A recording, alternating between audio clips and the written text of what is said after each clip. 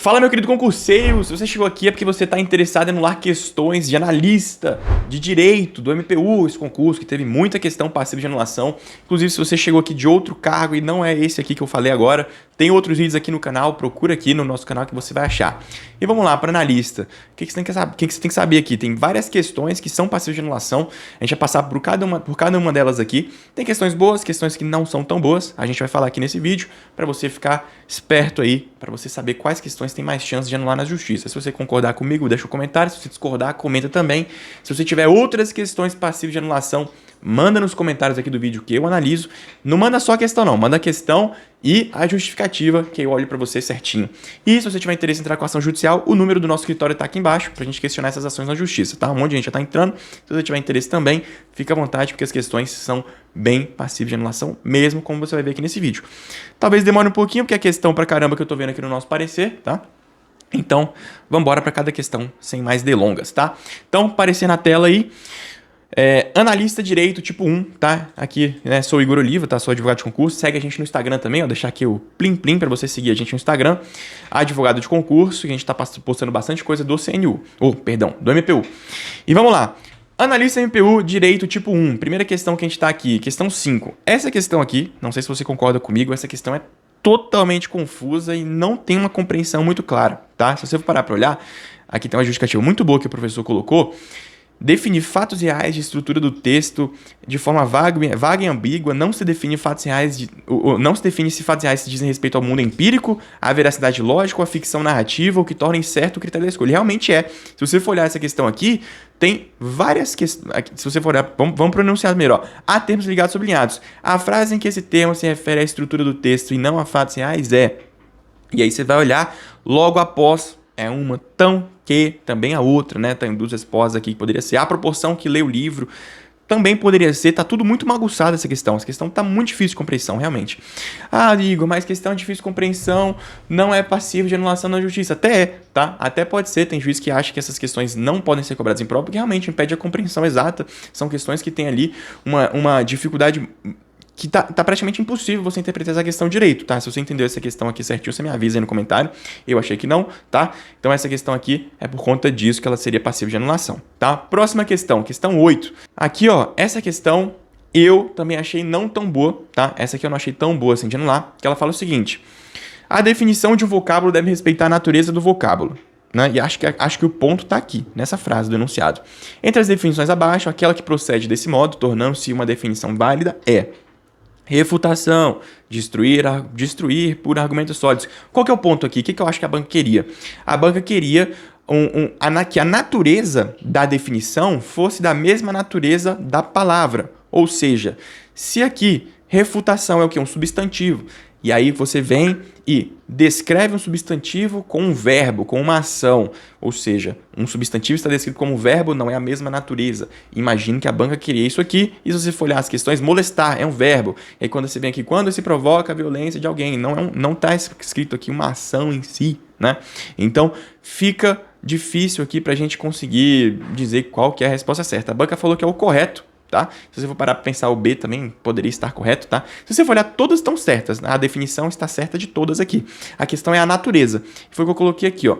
A banca colocou que correto, aquele que age com correção. Mas se você for olhar, aquele que age com correção, agir, também seria uma ação. Então ficaria muito difícil de compreender essa questão. Também é uma questão com muitos problemas e se você for olhar, todas as alternativas estão corretas. Mas vamos lá. Botei a verificar aqui, porque a gente não está tão certo ainda. A discussão está toda nessa frase. A definição de vocábulo deve respeitar a natureza. Aqui devemos comparar a natureza da palavra analisada com a definição feita pelas alternativas. Acreditamos que essa questão pode ser boa para defender que várias alternativas estão corretas, como na opinião do professor abaixo. E aqui o professor veio e fez uma opinião bem definida. Pausa o vídeo aí que você vai ler, tá? Certinho aqui, ó, fala de todas as questões, tal. Todas as alternativas. Então, esse caso aqui, caso você tenha interesse, é boa de anular também, tá? Na frase, a 12 aqui, ó, próxima questão. Na frase, infelizmente, meu amigo se esqueceu de dar o aviso da entrevista para o pobre Marcelo. Cruzam-se duas funções de linguagem, que são... Aí vamos lá, essa questão também tem mais de uma alternativa correta. A banca falou o quê? Olha, a alternativa correta é a letra D. É a função emotiva e a função conotativa. Só que, né, a gente também tem outras alternativas corretas aqui, que é o quê? O gabarito indicou a letra D, motivo conotativo como correto. Entretanto, respeitoso, cabe recurso, pois tal alternativa não reflete corretamente as funções presentes na frase. Aí ele vem explicando aqui, ó, função emotiva, função conotativa, também vem trazendo isso aqui. No entanto, a frase análise, infelizmente, é estruturalmente uma asserção, ou seja, uma declaração de fato. Não há qualquer verbo no imperativo, vocativo, estrutura frasal que busca induzir o receptor dessa ação.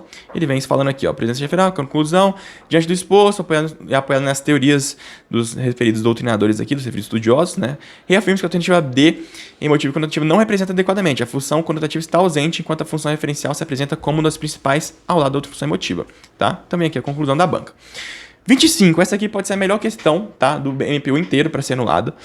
Por vários motivos, a gente vai trazer para vocês aqui novidades que nem nesse parecer estão aqui ainda, que fala o seguinte, fala sobre a Convenção Americana de Direitos Humanos, né, Pacto São José da Costa Rica, São José da Costa Rica, né, que fala. Então, vem aqui, ó, trazendo um monte de alternativas sobre isso. Qual que é o ponto? A banca falou que a alternativa seria A, tá?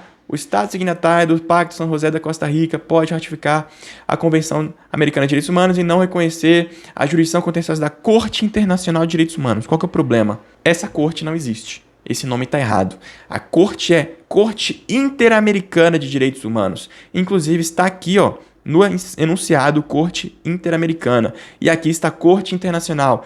A banca vai alegar que isso aqui é um erro material, um erro de digitação. Mas eu quero saber, você está fazendo a prova, você sabe da matéria, você fala, pô, é a letra A, deixa eu ver. E está escrito Corte Internacional. Você marcaria essa alternativa como correta, sabendo que o nome da corte está errado? Ainda mais a banca dizendo aqui que esse nome aqui está errado, ó. Deu aqui em cima o nome certo. E isso aqui não é, tá? Não é simplesmente um erro de digitação, porque esse nome não existe. A corte também não é conhecida como Corte Internacional. Inclusive, um candidato mandou mensagem para o ministério responsável, Ministério do Exterior, e ele falou o seguinte, olha, não existe nenhum registro que chame a Corte Interamericana de Corte Internacional. Então, não tem esse nome não existe oficialmente. Corte Internacional tem um ofício, uma resposta, tá, a um candidato falando exatamente isso. Então, essa questão aqui, além de ter um erro grosseiro nela, está amparada por uma resposta de um órgão oficial do governo brasileiro, dizendo que essa corte realmente não existe, tá? Então, aqui é uma coisa boa para anular, talvez a melhor questão da prova. Né? Foi o que eu coloquei aqui, ó. A alternativa A fala de Corte Internacional que não existe. O nome da corte é Corte Interamericana. Ah, mas é só um erro de digitação. Se coloque no lugar. Aí eu pergunto, ó, se coloque no lugar de quem está fazendo a prova. Você marcaria mesmo uma questão como correta, sabendo que o nome da corte está errado? Acho que não, né? Você não daria esse mole, até porque seria uma pegadinha da banca, né? Seria claramente uma pegadinha. Então, passível de anulação. E aqui vem explicando, né?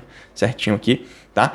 Questão 47. A questão 47 é uma questão boa também, que fala o seguinte: como funcionam os direitos dos indígenas quando vão ter acesso ao poder judiciário? Para quem não sabe, a pessoa indígena, ela tem algumas coisas diferentes no processo judicial. Ela tem alguns benefícios no processo judicial. Ela é tratada de forma desigual, justamente para privilegiar a igualdade. E que tratamento desigual é esse?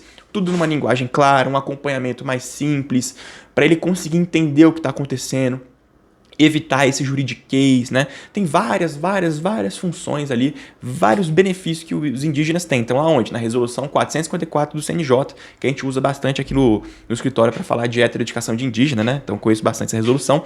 E qual que é o ponto, pessoal?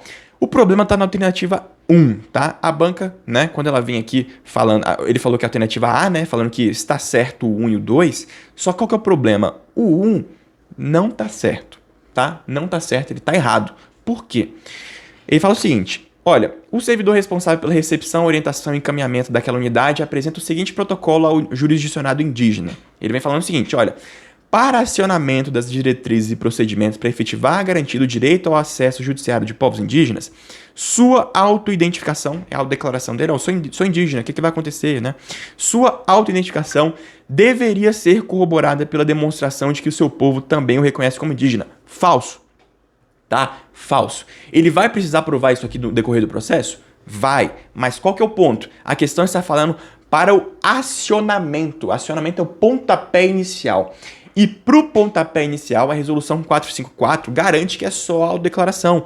Você não tem como você exigir que o índio traga uma prova de que ele realmente é índio no primeiro momento. Isso é feito lá depois do processo. Agora, no começo do processo, para acionamento, para você conseguir pelo menos ter uma linguagem clara, para você entender aquela parte inicial da resolução, Sim, o acionamento é suficiente para autodeclaração e ponto final. Exigir, se parasse aqui, ó, resolveria. Agora, quando ele botou que além da autodeclaração precisa da corroboração e demonstração de que ele é reconhecido por outros povos indígenas, não precisa, tá? Então essa questão 1 está errada, por isso está contrariando a resolução 454 do CNJ, que foi o que a banca falou que deveria ser utilizado como base aqui, tá? Então é exatamente o que eu coloquei aqui, e aqui tem a fundamentação também, passar devagarzinho, você pausa o vídeo aí para ler, beleza? Vamos lá, questão 48, essa aqui, né, do Flúvio, comediante que foi atacado ali pelo padre, né, pelo líder da religião, né, e vamos lá. O que fala essa questão aqui, ó? Flúvio, comediante, incluiu em seu show uma piada sobre o personagem sacro. Um líder dessa religião concita em todos os seus advogados que professavam a mesma fé a ajuizar, nos juizados especiais de cada comarca, demanda indenizatória contra esse comediante. Ou seja, ele botou para entrar em um monte de lugar diferente, um monte de comarca diferente, o mesmo processo, só para, né, causar prejuízo a esse comediante. Então entrou com processo aqui, ali, em outra cidade, entrou com 10 mil processos contra o comediante aqui. Qual que é a responsabilidade desse caso?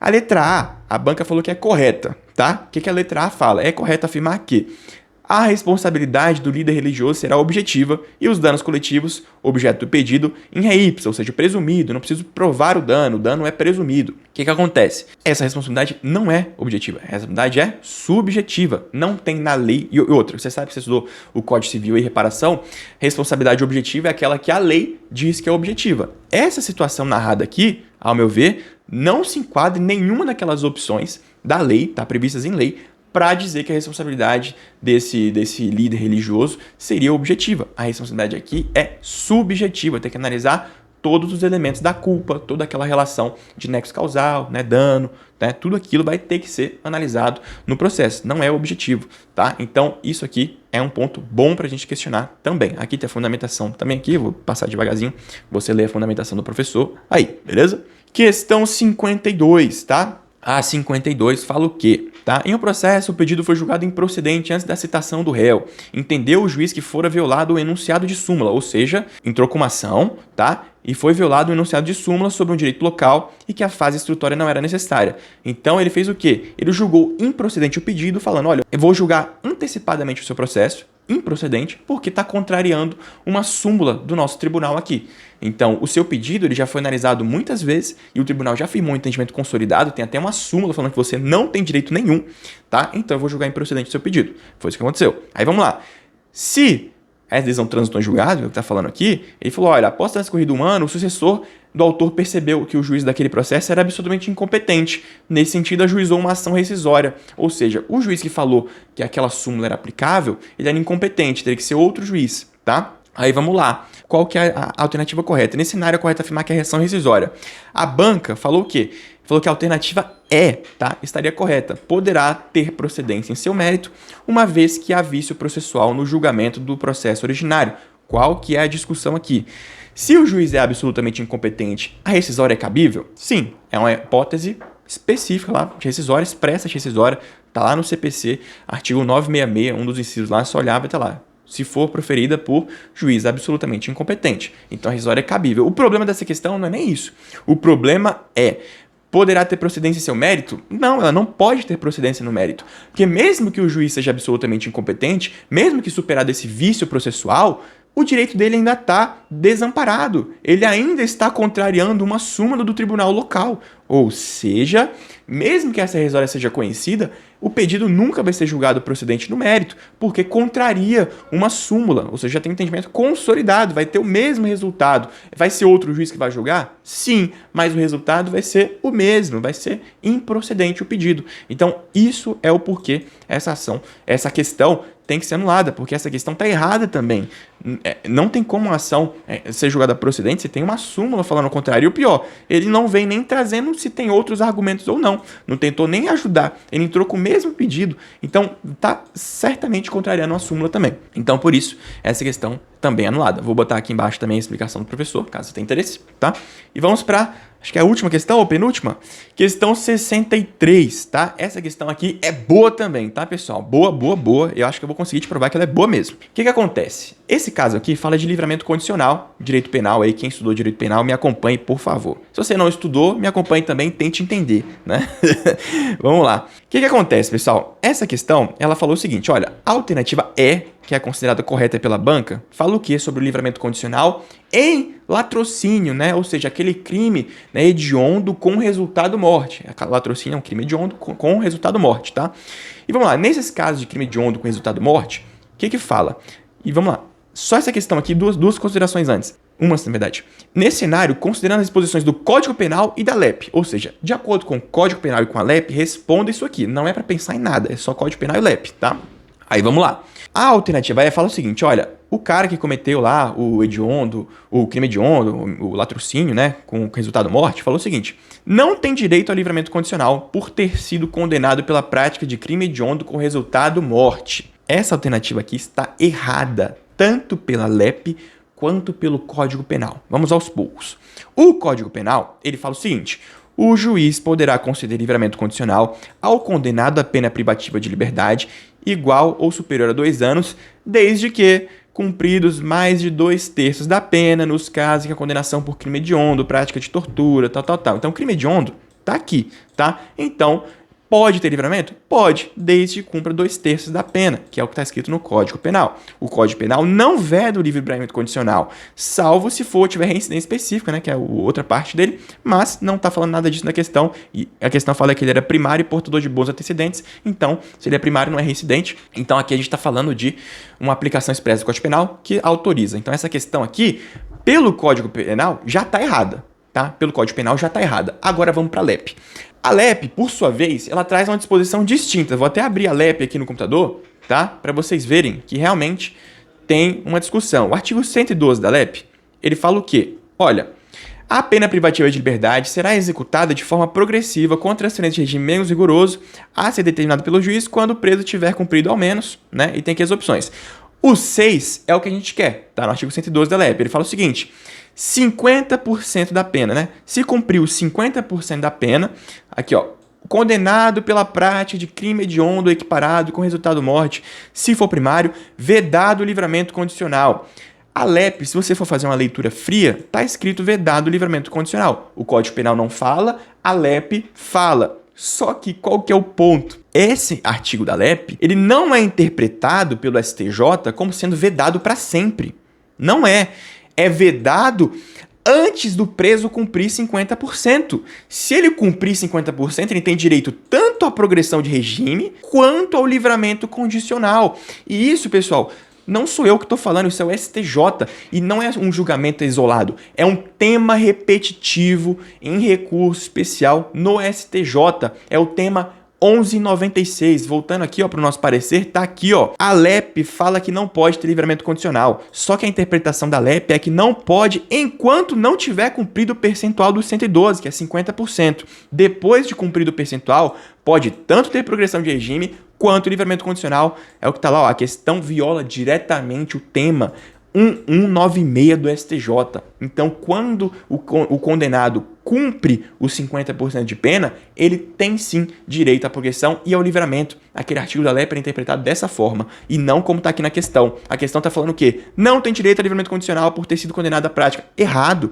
Se ele cumpriu os 50%, ele tem. E outra, o Código Penal não fala nada. Então, essa questão é anulável por essas razões, beleza? Vou deixar aqui também a explicação, tá? A explicaçãozinha aqui, bonitinha pra você, tá até menos completa do que a minha, porque não fala da LEP isso aqui, tá?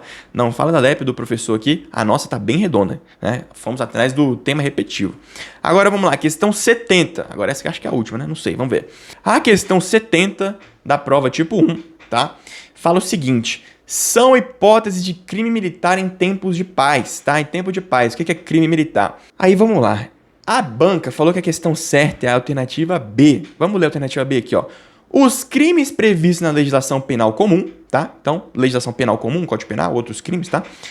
Apenas quando praticados por militar em serviço ou atuando em razão de sua função, ainda que fora do lugar, tal. Esse apenas aqui, que a banca falou que a questão está correta, o apenas quebrou a questão toda. Essa questão se tornou falsa, porque não é só nessas hipóteses aqui, tá? Não é só nessas hipóteses. Essas hipóteses aqui está tratando de um dos hipóteses do inciso 2, lá do artigo 9º do Código Penal Militar. Aí vamos lá, qual que é a justificativa para essa questão ser anulada? É boa de anulação. Por quê? A alternativa B limita os militares apenas àquela situação descrita, o que é falso, pois ainda tem o restante das hipóteses do inciso 1, 2 e 3 do artigo 9.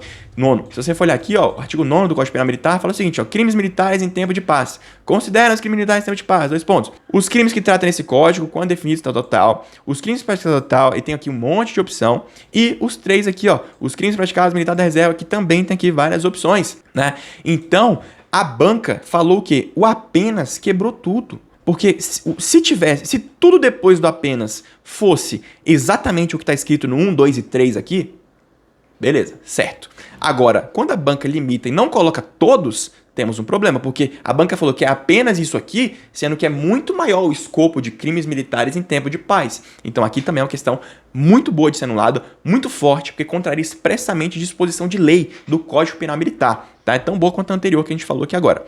E, pessoal, é isso. Passei aqui rapidinho para você analisar depois. E é isso. Se você tiver interesse em receber esse parecer aqui, por mim, te mando esse parecer. É só mandar mensagem no nosso WhatsApp e clicar aqui nesse botãozinho, tá? E se você tiver interesse em entrar com essa ação, você não conseguiu a nota, você tá querendo melhorar, quer passar nesse concurso, manda uma mensagem pra gente também. É só clicar no botão aqui embaixo do link, que vai estar no comentário fixado, vai estar na descrição do vídeo. Na descrição do vídeo é só você clicar ali e mandar uma mensagem pra gente, que a gente entra com essa ação para você, para questionar essas questões com base nesses fundamentos.